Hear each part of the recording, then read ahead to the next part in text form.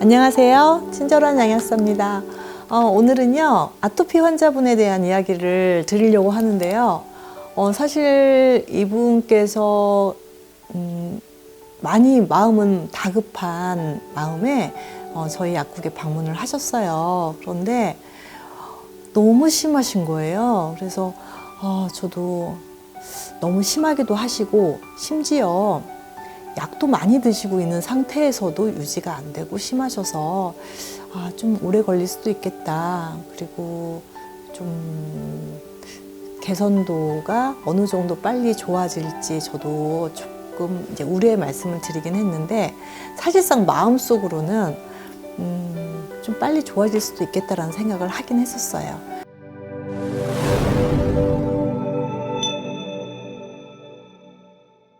왜냐면 우리가 보통 아토피 환자 보면, 저도 되게 그랬는데 막 진물이 나고 까맣게 딱지가 붙고 이런 거 너무 심해 보이잖아요.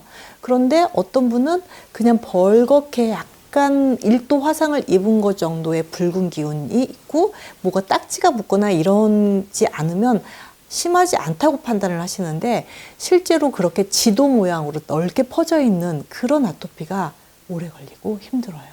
그런데 뭔가 구간이 정확하고 뭔가 결절이 있고, 그래서 그 결절 사이에 까만색 딱지가 붙어서 보기는 싫지만 이렇게 뭔가 덕지덕지 딱지가 붙어있는 그런 환자분들이 오히려 개선이 굉장히 빠르다는 저의 경험치입니다.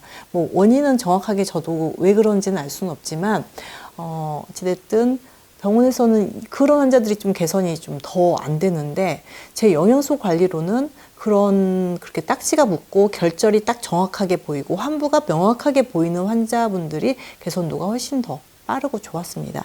근데 이 환자분 같은 경우에 얼굴하고 등만 빼고 나머지가 다 환부라고 생각하시면 되거든요. 정말 많이 심하게 느껴졌고요. 그래서 한 4년 전부터 이제 증상이 나타나기 시작해서 스테로이드 연고를 계속 바르셨나 봐요. 그러면 어느 정도 좀 좋아졌다가 또 안 바르면 나빠졌다. 이걸 계속 반복하면서 어느 순간 도저히 안 되겠다 할 정도로 이제 심각하게 안 좋아지셔서 서울대 병원을 가셨어요.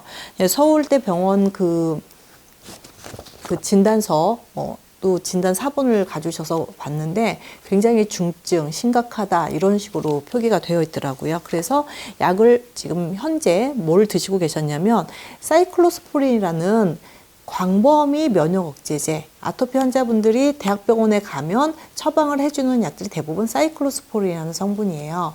요것도 미리수가 다 있거든요. 근데 100ml짜리 높은 거예요. 25, 50, 100. 근데 100ml짜리를 2알을 드시고 계셨고, 스테로이드 연고 처방을 받았는데, 스테로이드 연고도 강한 걸로 덱사메타손이라는 강한 연고를 처방을 받으셨고, 또 처방에 항히스타민제 2가지 들어있었고요.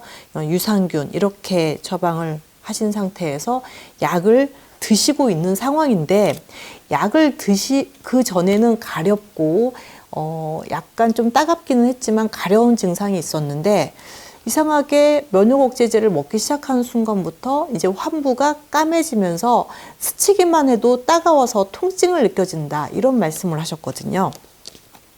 아토피가 약간 뻣뻣해지고 가려움증은 있지만 사실 아프다고 표현하시는 분들은 흔치는 않으세요. 그런데 환부가 스치기만 해도 아프다, 이런 말씀을 하셨고요. 그리고 검사지를 이제 주셔서 봤더니 그때 당시에 백혈구 수치도 굉장히 높았어요. 12.84. 보통 뭔가에 감염됐을 때 12.84가 나오는데, 이분께서 전 처방도 보니까 항생제 처방을 받으신 적도 많더라고요. 그러니까 이게 2차 감염으로 균 감염까지 이루어졌던 상황들이었고, 그때 당시에 제가 처음 만났을 때도 항생제는 드시고 계시진 않으셨는데 WBC 백혈구 수치가 높게 나왔습니다. 12.83면 우리가 12,800 이렇게 생각하시면 되시고요. 그리고 호상구 수치도 5.6이 나왔고, 그리고 호상구 에오시노필 카운트라 그래가지고 50에서 한 500 정도를 정상 범위로 보는 또 지표가 있는데, 물론 500까지 가면 좋은 건 아니고요. 719 굉장히 높습니다. 그러니까 호상구에 대한 음식에 대한 반응도 굉장히 안 좋다. 그런데 더 심각한 거는 우리가 마스트 검사라고 하는 내에서 검사하는 IgE 항체 검사 토탈 IgE가 2,500이 넘어가요. 우리 보통 정상적으로 몇 정도 나오냐면요. 100이 넘어가면 비정상이라 보는 거고요. 보통 건강한 사람들은 한 20, 30 정도 나오는 수치고 100이 넘어가면 위험하다 이건데 2,500이 넘어가는 정말 자주 보기 힘든 정말 많이 높은 거거든요. 2,500이 넘어갔고 그리고 또 검사에서 좀 이상했던 게 이제 요산 수치가 9.2로 요산 수치가 높게 나왔어요. 그런데 제가 영양소 관리를 하다 보면 제가 요산 관리를 하려고 드리는 건 아닌데 전체적으로 몸의 균형에 맞고 건강해지시면서 요산 수치가 정상화되는 거를 많이 경험했거든요. 그래서 요산 수치도 제가 체크를 해놨습니다. 근데 요거는 아직 이제 몇 개월 지나보고 또 피 검사를 하면 제가 다시 말씀을 드릴게요. 한 달 정도가 지나고 한 열흘 정도 영양제를 못 드셨대요. 좀 늦게 연락을 주신 거예요. 그랬는데 사진을 보내주셨어요. 근데 사실 저도 깜짝 놀랐어요. 정말 너무 많이 좋아지신 거예요. 그래서 제가 지금 약물 복용은 어떻게 하고 계시냐고 여쭤봤더니 저를 만나고 제가 한꺼번에 줄이면 안 된다고 말씀을 드렸거든요. 최소한 한 달 정도는 테이퍼링을 하셔라 그랬는데 그냥 단 일주일 정도 테이퍼링 하시고 바로 중단하셨고 연고도 안 바르신 상태. 그럼 보통 리바운드가 스테로이드나 면역 억제 리바운드가 많이 일어나야 맞는데 영양소 관리를 하게 되면 리바운드가 사실은 잘 안 일어나더라고요.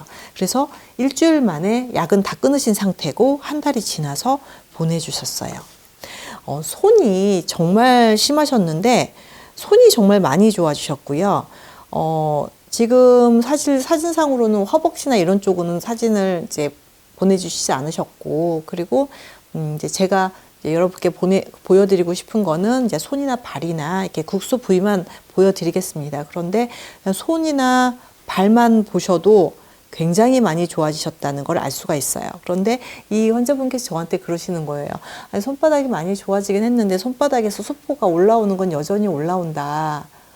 그거는 너무 당연한 거죠.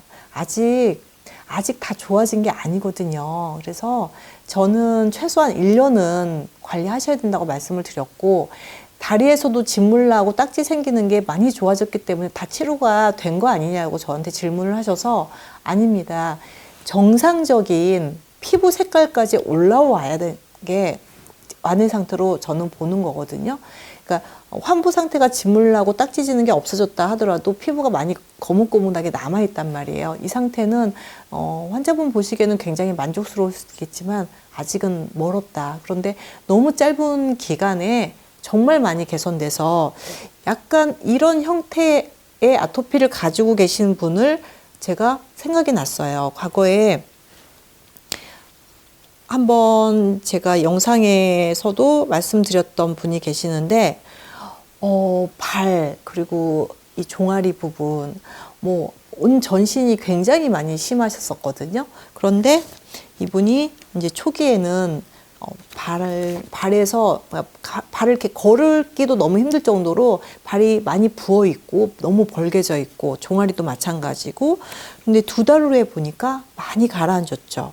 그리고 3개월 후 그리고 5개월 후 그리고 8개월 후에는 거의 피부가 다 정상적으로 돌아오는 이분 같은 경우도 저도 조금 더 오래 걸릴 수 있다라고 말씀을 드렸는데 생각보다 굉장히 빠르게 이렇게 호전 반응을 경험을 하시게 됐습니다. 그런데 제가 이분께도 조금 더 꾸준하게 관리를 하셔야 된다 말씀을 드렸는데 그 이후에 관리를 안 하시더라고요. 괜찮으시다 이렇게 지금도 얼마 전에 뭐 연락할 일이 있어서 한번 전화를 드렸더니 괜찮다고 말씀을 하시는데 사실상 어떤 분들은 완치하고 나서 괜찮은 분도 계시지만 그렇지 않은 분들이 또 많거든요. 그래서 이제 저처럼 아토피를 겪었고 그리고 완전히 완치가 됐지만 지금도 아토피에 관련 면역 영양소, 유산균, 오메가3는 필수적으로 저는 먹고 있거든요.